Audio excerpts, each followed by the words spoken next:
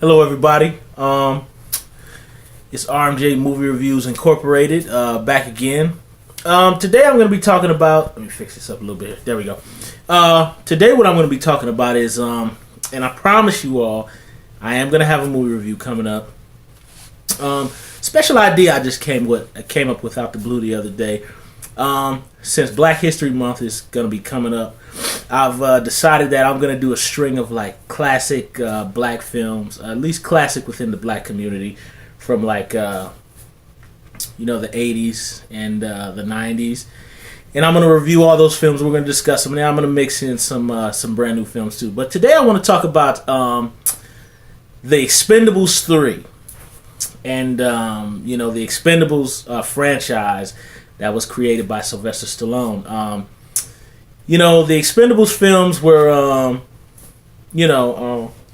they were films that were supposed to be homages to 1980s action films. And as you guys saw in my, Point Break remake discussion, I'm very fond of the 1980s action film in the early 90s.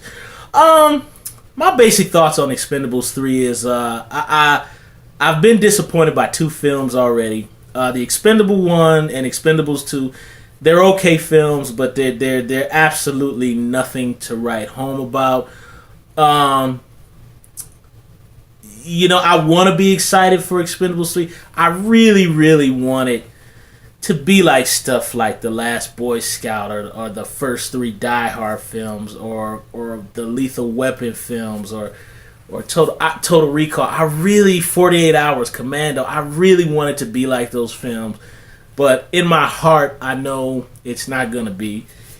The people who are producing these pictures, I don't think they really have an understanding of those films because here's the thing. Stallone wanted to push the idea, and actually I saw some retro interviews on YouTube around the time like when Cliffhanger came out and some other films where Stallone had been saying that he'd been wanting to do an ensemble action piece like since way back in the 80s. Like he wanted to do a picture with Arnold and Bruce and Seagal, and he wanted to do those pictures, but everybody had egos, so they could never come together.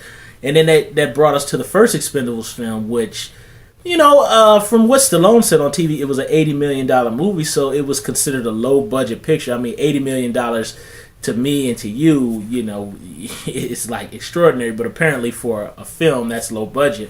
But the first Expendables, an extremely sloppy, disjointed, incoherent film. Don't get me wrong. The first one and the second films, I like the first one more than I like the second one, even though the second one is a lot more lean, a lot more consistent.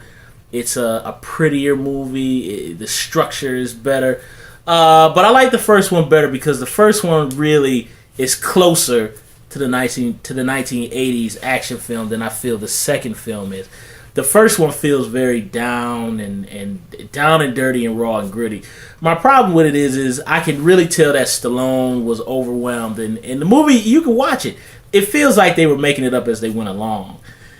And there's some really strange choices in that first movie that I don't quite understand. I mean, it takes the whole damn movie for them just to go to the island and get this dictator guy. And then they throw in all this other crazy stuff like, the dictator is not really a dictator, but he's forced to be a dictator because Eric Roberts is a drug dealer. None of it makes any sense. They were making it up as they went along, I think.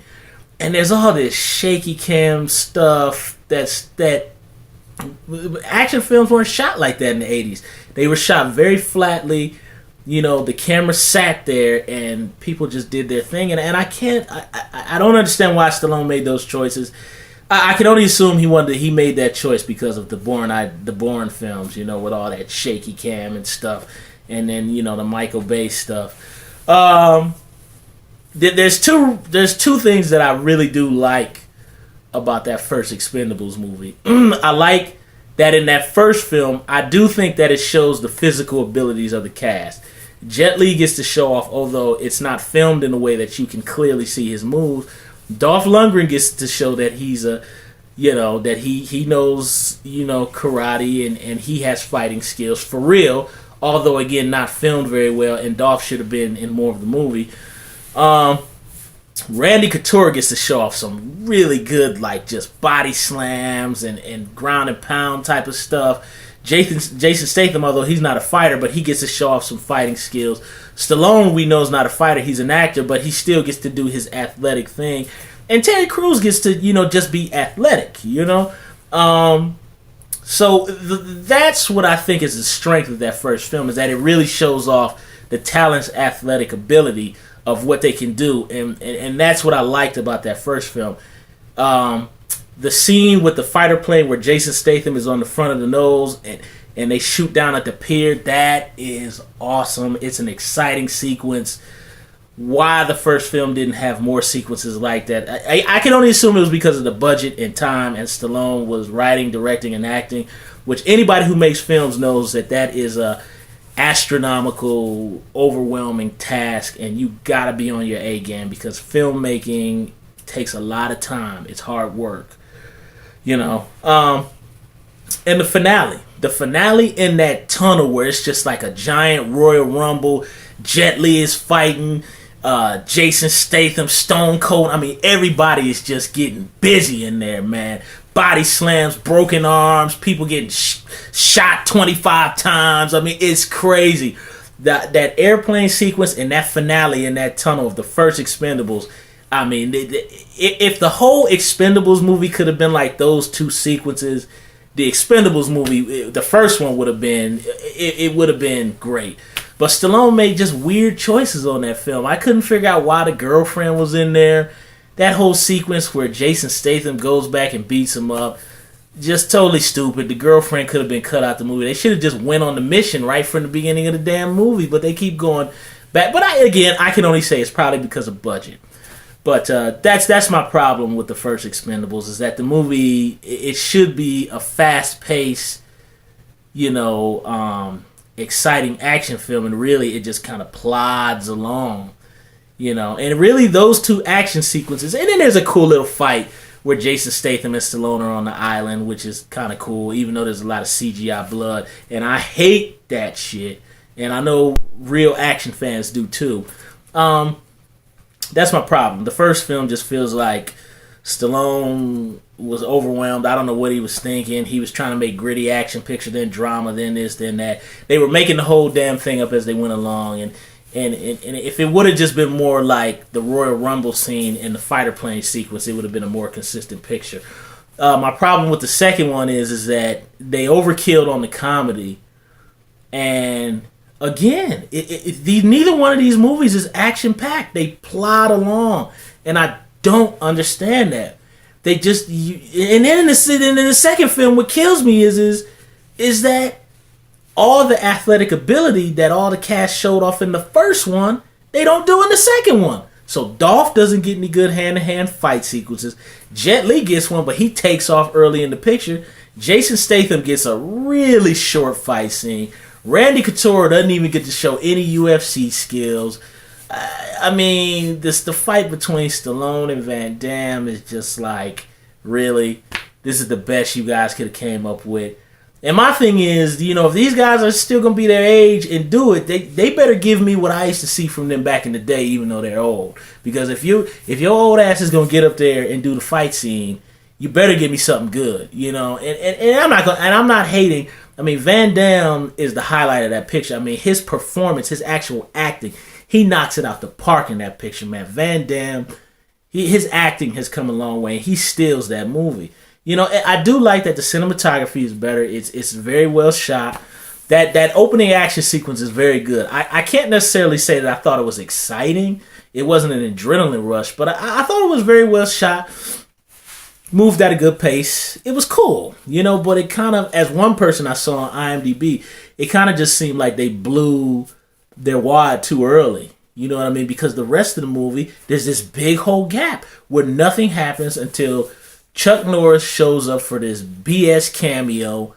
And Chuck Norris, I mean, and that's my biggest problem is that, and then again, Stallone keeps adding these characters that the audience, the fans don't want. You got this, what's her name?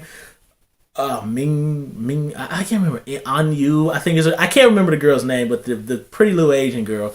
She's boring. She's dull. She doesn't add anything in the movie. The only thing she adds to the movie is that she's a female. I think Stallone was trying to mirror what he did with like the Rambo 2 thing, and it's like it's just not there. This chick is like 29. Stallone is like 65. It's gross. It's disgusting. There's no love connection there. She's not wanted. She's not needed. Why is she there? Liam Hemsworth, again, why are you in the movie? I don't care. This should be for men in their 30s and 40s, people who grew up watching these pictures. Why Stallone is trying to get this to appeal to people who aren't the demographic, I don't understand. It's got to be the studios who's telling them to do it, because it doesn't make any logical sense to me. Liam Hemsworth is in it. He's giving the story about the dog and blah, blah, blah. And it's like, who gives a damn? And when Van Damme killed him, I was happy, because then he would have left the movie. And if Van Damme would have killed both of him, Liam Hemsworth and the girl, I would have been a lot more happier. But that didn't happen. Added characters we don't need. Randy Couture doesn't get to show any fighting skills. Dolph doesn't get to show any fighting skills. Statham gets all the good stuff. The church fight was awesome. And here's my biggest problem with this thing, along with the fact that they add characters we don't need and take away screen time from Dolph and all their fighting skills. It's not a truly mean-spirited, edgy action picture. There's no edge to it. I mean, there should be people breaking people's necks and snapping arms. I mean, we should get like some stuff out of Showdown, a little Tokyo, Out for Justice with Steve, where you smash somebody over the head with a frying pan. I mean, it's got to be vicious, brutal action. More F words, more F bombs, blood, and the key is momentum. The Expendables films have no momentum. They seem to start with an action sequence, then they plod, and it's almost like hot air, smoke. There's nothing in there. They go on the mission, and another thing is each action sequence, when they get the final finale at the airport. Yes, it's badass to see Bruce Willis and Arnold and all those guys in the big old profile and they're all shooting their guns. That's badass.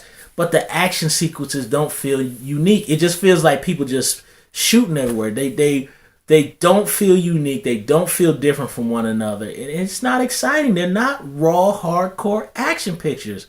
I think Stallone's heart is in the right place, because I know he loves the genre. But I think because, obviously he's not the guy who's putting up the money for it. He's not the investor. Yes, he has some creative control over it, but ultimately the studio and the people who are putting up the money have the final say. So Stallone can't make it as hardcore and as raw as he wants to be. They want to be economical. They want to draw in the new kids. They want to do all these things. So that's why these have come out to be mediocre pictures. I don't have any hope for the third one. Mel Gibson, God bless his soul, the man is crazy as hell. He's a drunk. He's got psychiatric issues. I just think he's an angry drunk person. But regardless of that fact, he is a talented as hell actor and a filmmaker. That man can act his ass off. And Mel is a deep actor. I mean, the fact that he's a villain, I think in terms of cinema, is a brilliant choice on Stallone. But Mel Gibson is a very deep actor. You could watch that first Lethal Weapon movie and see when he's crying to himself and thinking about his wife and he puts the gun in his mouth.